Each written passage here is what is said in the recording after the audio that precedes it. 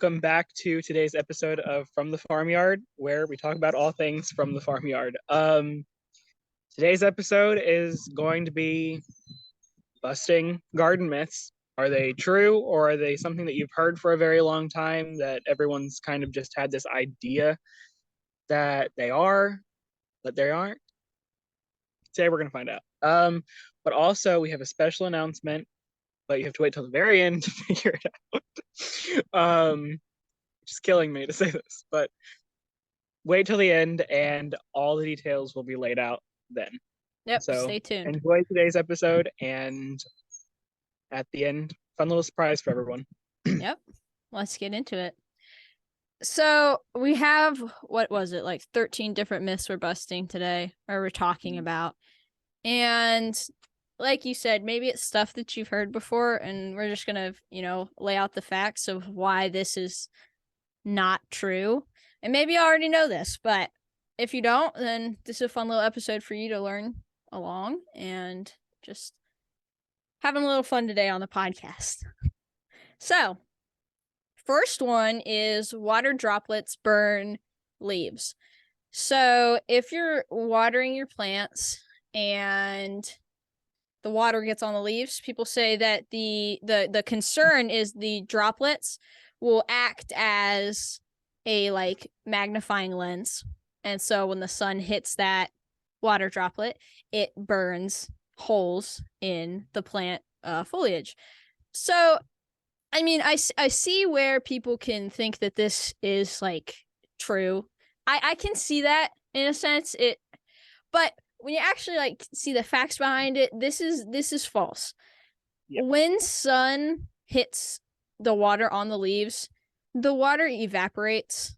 It's not acting as a magnifying glass and sitting there burning holes in your leaves. It evaporates during the heat of the day. So, I mean, best advice when watering plants is water at the base and water morning or night. Because if you are watering midday, heat of the day, that water is just going to evaporate super quickly. Whereas if you did it in the morning or in the evening, it gives it a bit more time for the roots to soak it up, and the water doesn't evaporate as quickly as it would during the heat of the day. So, yes. And what happens when they say, I'm pretty sure this is where people are getting it confused, when they're saying that it's burning holes in your leaves, when you water during midday, it can create an environment that is perfect for powdery mildew and blight, any other diseases that you can think of. It's going to create a good environment. It's going to feed those pests because they're able to get the water from right there. They don't have to travel anywhere. You're just creating bad circumstances. What I do is I will actually water it. I have watered midday. It does not do anything to them, because if they really need it, I'm going to water them. But if they don't really need it, I'll wait until towards the evening or even at night to water. But I water in the morning most of the times when they're little, and as they get older, I kind of stray from that and water whenever they need it. But in the mornings, I tend to stick with, because then it gives them all day long to soak up what they need. And I will water every day when they're little. After that, I'll start spreading it out 2 days for a week or 10 days. And then I'll space it out 3 days. And then 3 days really all I do if it's really, really hot. But things like tomatoes, I will water every single day. You're not supposed to, but my soil drains really well. And last year I didn't have a problem. And I wasn't watering the foliage, so did good. Right. So best advice for that is, I mean, when you're watering your plants, do it morning or evening. It's just better for your plants, and you're not watering as much, I would say, because if you did it midday all the time, that evaporates quicker, and then you're gonna have to water more. So there you go. Yeah. Water morning or evening. Moving on. So next is ripening green tomatoes on a sunny windowsill. Do you want to start this off? Yes, that is not true. We're busting myths here, and that is absolutely not true. A lot of people will say that it is. It's not. The reasoning behind all of this, though, is well, if it has started the ripening process, that means that it's already started turning from the inside Mm-hmm. and it's already released that chemical. It's going to ripen. It's going to be the exact same flavor the rest of the time. And you're also increasing your harvest when you're picking them right when they started, when they're still green, getting ready to turn yellow. And when they're yellow, you're going to be getting more of the fruit because pests aren't going to be as bad because we have everything will eat ripe tomatoes. Um, but yeah, when you bring them inside after they start ripening, that chemical's already released. It's not going to hinder anything from ripening. But if you're picking them when they're solely green, they can ripen in a sunny windowsill, which is the best thing for them to do. But you can ripen them anywhere, really. You'll go more into depth on that. But um, once they've started, it's kind of it's the same flavor. Yeah, they are going to taste a little bit different if you just pulled them when they were green and then ripen them. They're still going to taste good. All tomatoes are good. So you can do it any which way, whatever works for you. If you're having really bad pests, rabbits, squirrels, raccoons, things like that, do whatever you have to do to increase your harvest. So that means pulling them inside when they're still green. Do it. But Right. you have some other ways that you can ripen tomatoes. Right. So whenever we had to experience this last year in our garden, we had a terrible like hailstorm and it knocked off a bunch of our tomatoes. So from my experience, we did this. We had green tomatoes all over the ground and we were like, there's got to be a way we can save these, right? So we did some research and there are a couple ways to ripen tomatoes that doesn't take, sunlight. So the way that we did was we took a paper bag and then we put all the green tomatoes in. I think you can wrap each tomato individually in newspaper as well. There's different ways to do it. But we did the paper bag. And then what that does is it helps them contain the chemical, whatever it is that they're releasing. And then it helps it contain it and it's given off by the tomato. That helps it ripen faster. So when you put it in the paper bag, you're keeping all that, or wrapping it in newspaper, you're keeping that all contained. And then it helps them ripen faster than they would in sunlight.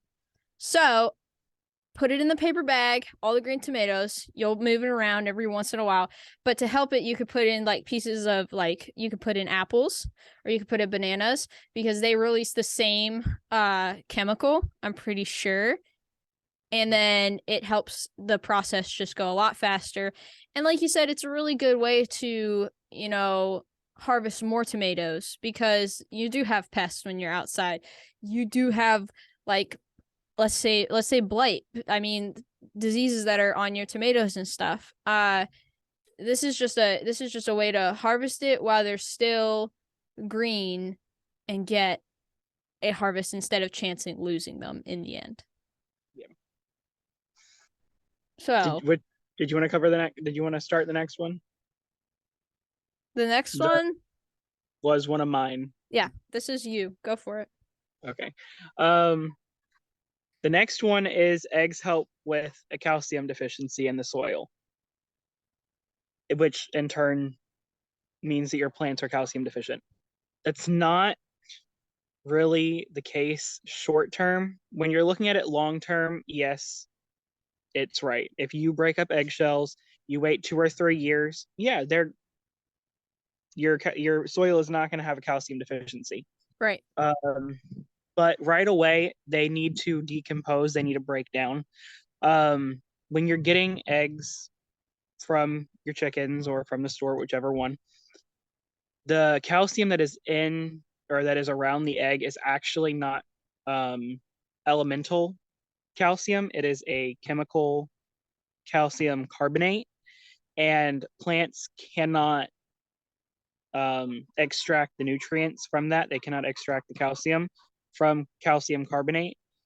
So they need the elemental calcium, which is released when it breaks down. So if you break them down for a little bit, if you are making compost, is what I was trying to say. If you're making compost and you're mixing in eggshells, that soil that you're adding to your garden is not going to be deficient in calcium in 2 or 3 years when you use it. But if you're putting them in right away, it's not going to help right then. So you might need to find some other ways that you can do it. I'm not sure on those other ways as of right now. I didn't do a lot of research into that, but they do need to decompose. So keep that in mind when you were dealing with things. So you can add egg if it has been happening for a couple seasons, add eggshells and it will help long run, but look at some other solutions to help immediately, and then after that you won't have to because you'll already have them decomposing in the soil. So All right. The next is you have to have a lot of space to garden. This is just incorrect. It just is. We've talked about this before, taking your space and growing what you need. If you don't have space to do in-ground beds, then or if you don't have the adequate soil to do in-ground beds, build raised beds. And if you don't have room to do raised beds, do container gardening. We talked about that in an episode before. Container gardening is perfect for more urban areas. Just put a couple pots on your back patio. It's movable. You can get as many pots that can fit. It works out for your space. And if you don't have space to horizontal, go up. There's so many options for vertical gardening as well. So it's taking your space. We talked about this many times before. It's taking your space, looking at what you have, and seeing and figuring out a solution. Can I garden here? Because most times you can garden pretty much anywhere, even if it is on your windowsill. Like, go for it. There's always a place to grow. Exactly, anywhere. But with that, when you are doing, and you might not think this is true, anybody who's listening, even you, I don't know, when you are gardening in buckets and you're doing it on a patio or just buckets in general in your yard, you can grow more things like that than you can in raised beds. The reason for that is because different plants like different acidities. So you can get a whole bunch of plants that love acidity, I don't know them off the top of my head, and put those in a few buckets. You could have plants that are heavy feeders with I can't think right now, but you can get plants that are heavy feeders and you can put those there. You can have such a diverse area if you have a large back deck, a large front deck. Either way, you can garden wherever you are, and yeah, that's our inspiration to you, is just garden. Yeah, don't let your space limit your ability. I think that's a good take home with that, because it is really looking at your space and just finding what works best for it. So next, you have one? Yes. And I had this thought. With that, you also can see if your neighbor has, like, if your neighbor has more space to do things or a sunnier area, see if they will let you garden in their yard. I mean, if it's better, see if they will. Maybe you might have to grow a little bit larger garden so you can get food for them and you, so you can both take advantage of it. Either way, try to do something. It is going to be a little bit awkward. I'm not going to lie to you, asking your neighbor for space like that. But if you can grow a garden, it's totally worth it. Try to do it. And if not, then see what you can do where you are. Always try that first. But if it comes down to it, don't be afraid to ask. The next thing that I have is tea adds nitrogen to the soil. Again, that is and isn't true. With the same thing with the eggs, adding tea water for nitrogen does not help that same year. It helps in the long term because it still has to decompose. A lot of things have to decompose, and I think that's the common misconception here is things don't have to decompose. They can take right from them, and that's Yeah. not true. Yeah. And I mean, I understand why people think like that because if I was brand new, knew nothing, I would think that exact same thing because I mean, we eat things and we get what it needs and it's done. But gardening is a little bit different. It helps long term, but not right away. We already said this. Putting tea in the compost is actually better for the soil long term. Same thing with eggshells. Um, because it doesn't introduce the fluorine or aluminum that could be in the water or tea leaves themselves from being, if they were sprayed with anything, then Mm-hmm. it's better all around to put things in the compost and do it like that. Yeah, it's going to take a few years to get compost. It's actually really good, but you can totally do it. So yeah, putting tea in the compost is better than just putting it right away because it helps more long term. If you're looking for something that is more right away, look to see if there's anybody around you that has um, any compost that they've had sitting for a while. You can get some. One of the place that I go to get mine, they have. I'm pretty sure it's horse manure in their compost. I'm not entirely sure. All of my plants loved the heck out of it last year, so it does help. But yeah, find something. Y'all are smart. We know you are. You got this. So next is buying new seeds every year. You have to buy new seeds every year. Although that's not true. Although seed packets may have expiration dates on them, that doesn't mean that they're any less viable after that date printed on the packet. It doesn't, no. Once it passes that point, that's just like, I don't even know why they put that on there because you can still use seeds. Yeah. Is there stuff with the germination rate? Does that change?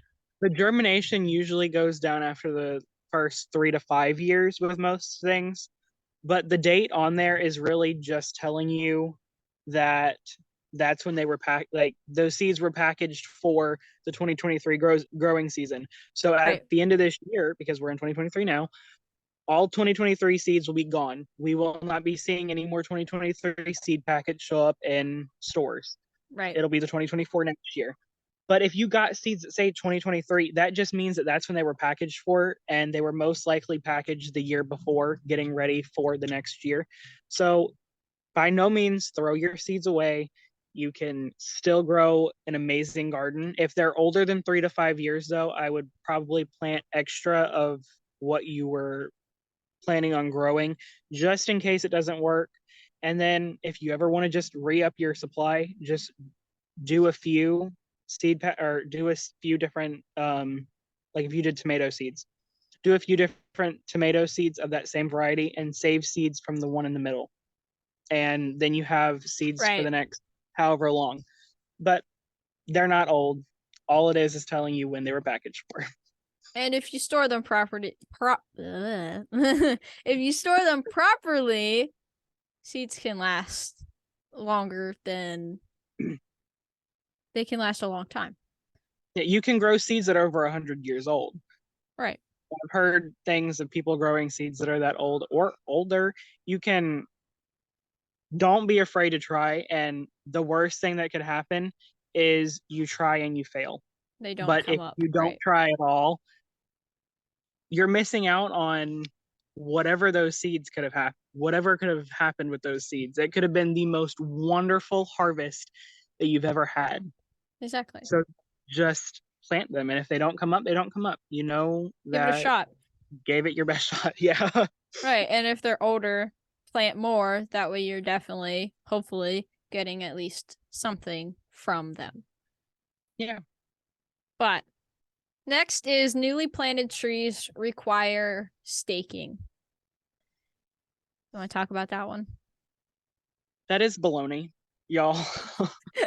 I know Just flat out says it. Just flat out. Like that's baloney.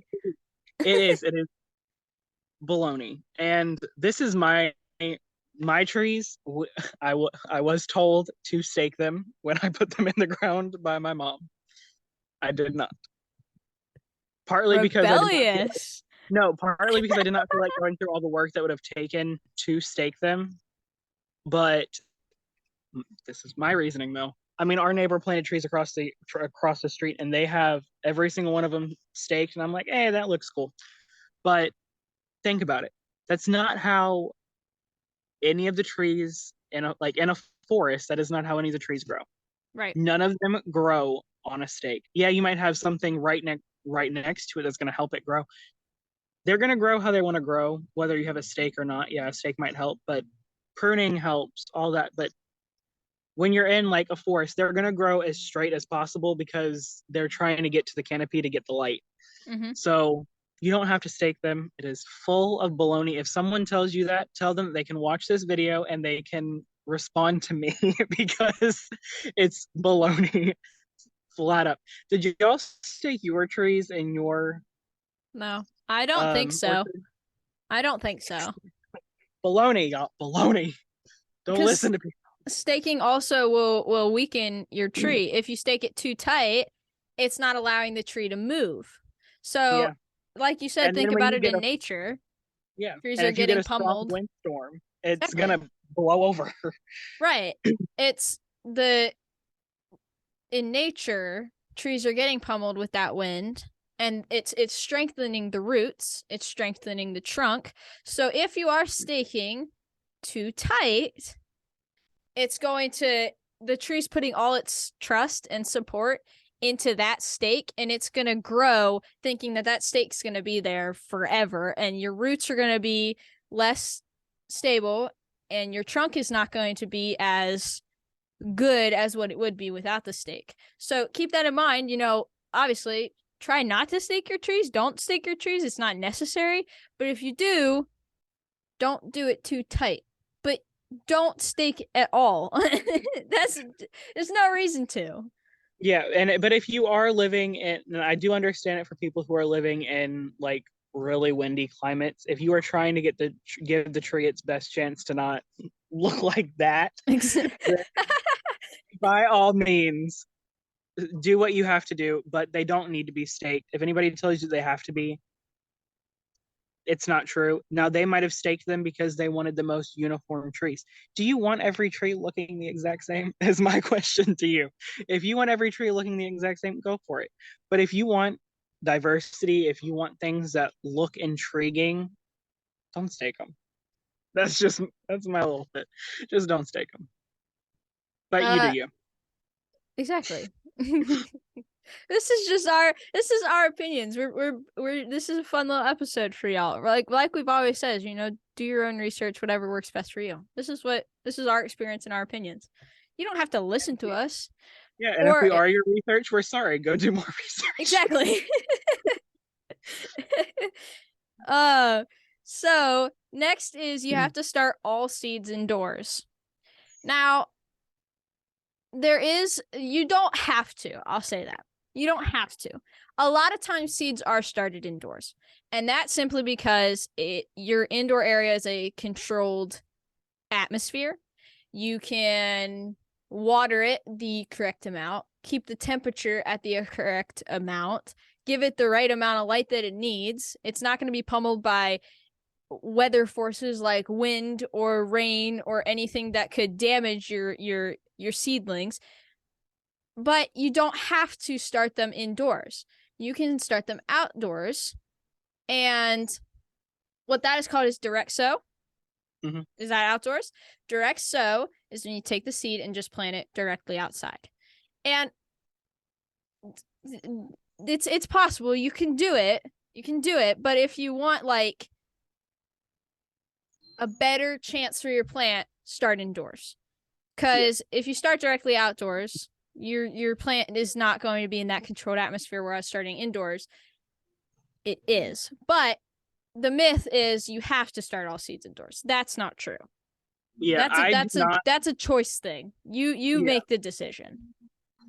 entirely preference on that. I do not start my reasoning for for me at least, I hate transplanting things outside. I did start tomatoes this year inside because I wanted them to grow. They are not doing very good. Um, I'm working on it, but they I don't like transplanting anything because the transplant shock, and if you have them inside for too long and they're not used to being hit with rain, if they're not used to the wind blowing, they are going to be really weak. We've talked about this in our other episode. Go watch that if you haven't. But I direct sow everything. Everything in my garden is really direct sown. Yeah, you do deal with birds that will eat the seeds. You deal with squirrels. You deal with rabbits. You deal with if you have mice or anything like that. Yeah, they are going to eat those seeds potentially. I've never lost one because of that. I mean, you might lose one or two, but if you're like I plant 140 corn seeds Mm-hmm. every year, or I do more than that, but the first time 140. I don't lose any. If I lose any, it's like one or two, and I blame all that on germination, but it might not have been germination at all. It could have been something. But you can direct sow everything. I direct sow everything. I like direct sowing just because it's more natural for the plant instead of being dug up, because in nature it's not really going to be dug up unless something's digging it up on its, or unless something else is digging it up. But I prefer everything to stay where it is. Unless it's in a really bad place, then I will move it, but even then I don't particularly like to. And if it's too hot, you can really hurt the plant. Right. So, uh, we have a couple left, I but have the I'm watching time because I want to have enough to do yeah. the details at the end. So, last I'll couple fly through this one. Yeah, I'll last fly couple through might this need to one. be, yeah, I'm trying to watch it. Okay, we will. The peppers. The common misconception with peppers is that if you are planting spicy peppers next to sweet peppers, that it will dilute the sweetness of the sweet pepper. That's baloney, just like the tree one. It's baloney. It's not true. If you are, at least for that um, the first fruit, well, any of the fruit from that first season. Right. But if you are saving seeds from the sweet pepper and they were pollinated by the spicy pepper, then yeah, those seeds are going to be they're going to be battling it out. I'm pretty sure, but I'm pretty sure the spicy gene wins over the sweet. So we have an episode talking about that. I don't exactly know which one off the top of my head, but we have Right. talked about this before. So look into that. And if you want to plant sweet peppers on one side of your garden and spicy peppers on the other, chances of them still being pollinated by the other one, it's a good chance, but less likely. So do you? Uh, Next is compost piles smell bad. If your compost pile, good grief, if your compost pile, I can't English today, guys. If your compost pile smells anything but like healthy, earthy dirt, something's probably wrong. And there's a couple there's a couple things with it that could be the cause. You could be overwatering. You may not have done the right amount of necessary ingredients. We just talked about this in an episode about compost and the green and brown materials that you need to create your compost. If you do too much green material, then your compost could be too high in nitrogen, causing it to smell a little bit stinkier than it should. And another reason could be a lack of oxygen. If your pile is not being turned like regularly, like it should be, your compost is not getting that oxygen that it needs. It's not able to breathe, causing the compost to break down slower than it normally would be. So keep that in mind. Like, turn it regularly, water it the amount that it should be, and watch with how much brown and green material you are putting into it. Yeah. Yes, go ahead. Okay. The next one is only buy heirloom seeds. A lot of people do this. I know you do. You prefer heirloom seeds. Right. And there's nothing against preferring heirloom seeds, but you don't only have to buy heirloom seeds. I don't believe I do any. No, I think I have a few heirloom seeds, and everything else is hybrid because they usually produce better, which is true. But you don't only have to buy heirloom. If you're in a place where pests aren't that bad and you're able to kind of keep it more controlled, then heirlooms might work best for you.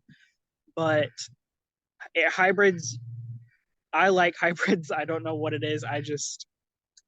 And usually, I don't know. We'll keep it short. That's the answer. It's looking at your space and choosing what's best for you. Maybe you live in an area that you need a plant that is more pest resistant. Hybrids can come in handy with that, whereas heirlooms may not be able to. So It's doing your own research, like we always say. We got two more, and yeah, okay. Pine needles acidify soil. So the truth is about pine needles, they do not make your soil more acidic. I think what that is if you're pulling fresh pine needles off of the trees, they do still have that acidity in the needles. But if you're getting needles that are on the ground, they would have had time to dry out by then, and they're not acidic anymore. So it's just another organic matter that you can use in your garden. So if you have pine trees on your property, take advantage of this. They're not, obviously don't use right off the tree that's acidic, that'll whatever to your soil. Use what's on the ground. Yes. And you have one more. Oh, did not realize I still had one more. The Epsom salt will help with blossom end rot. Not true at all. It does not help. Blossom end rot will go away on its own. So if you're using Epsom salt to treat blossom end rot and it goes away, Epsom salt does nothing. Just so you know, it's not helping. If you leave it alone, it will help on its own. I don't know where this really originated from, but it doesn't help. So I have it written down. Sorry.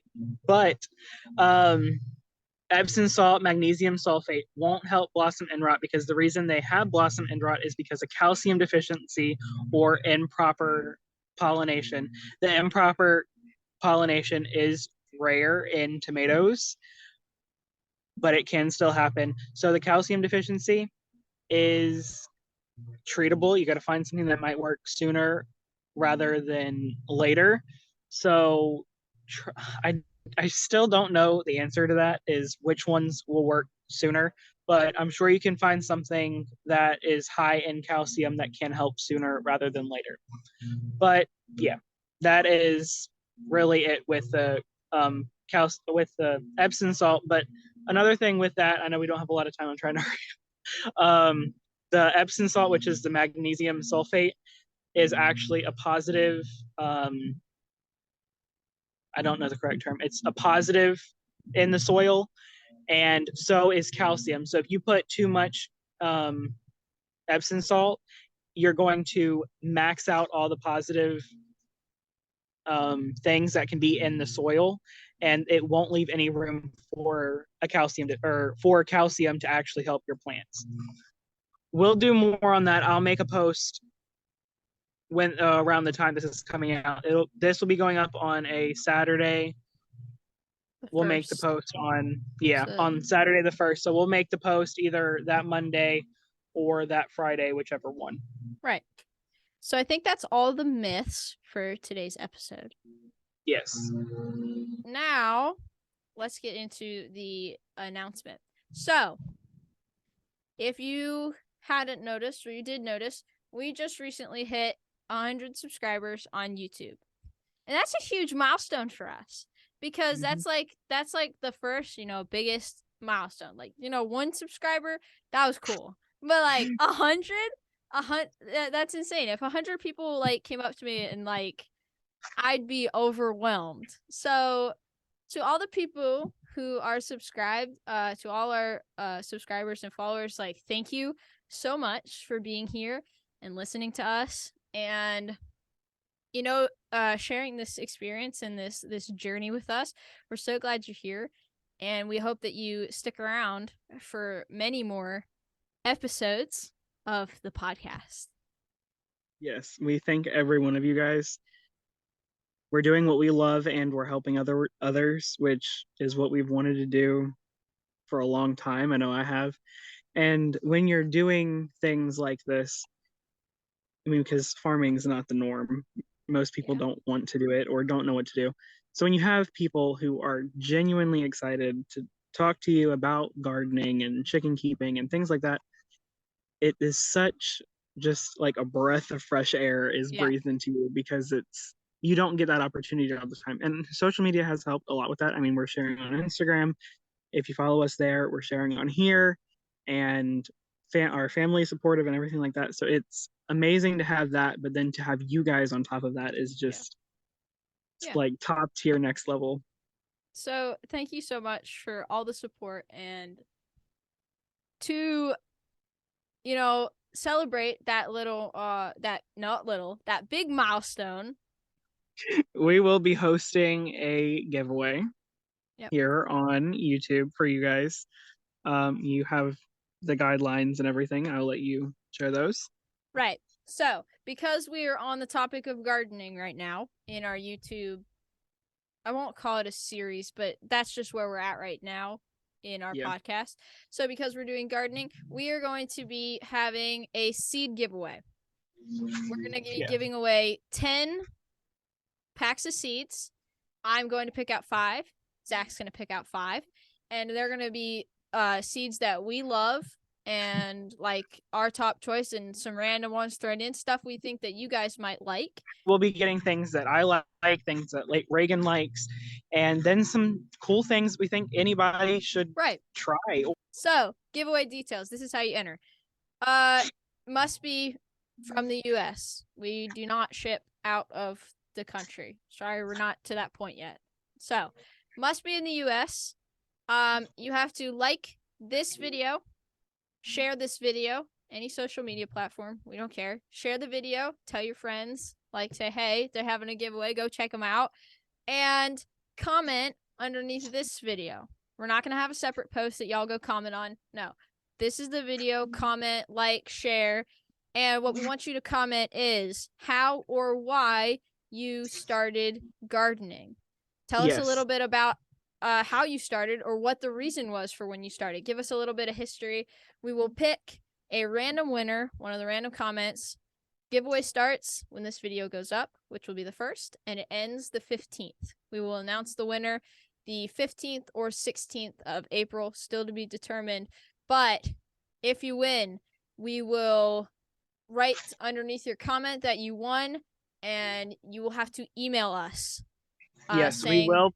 That you recognize that you won. If the winner does not get back to us within 24 hours, I think that's our window of opportunity. If you do not get back to us within 24 hours, we will pick a new winner. We'll give you ample opportunity. But if the winner does not respond within that certain period of time, we will have to pick a new winner. Just make this fun. We want this to be fun for everybody, and we want to include as many different styles of gardening as we can and styles of everything as we can. So that's all the details for the giveaway. We hope y'all enter and share this video, tell your friends. But I think that's everything for today's episode. We hope you all enjoyed, and we will see you in the next one. Yes, thank you guys for watching. Bye.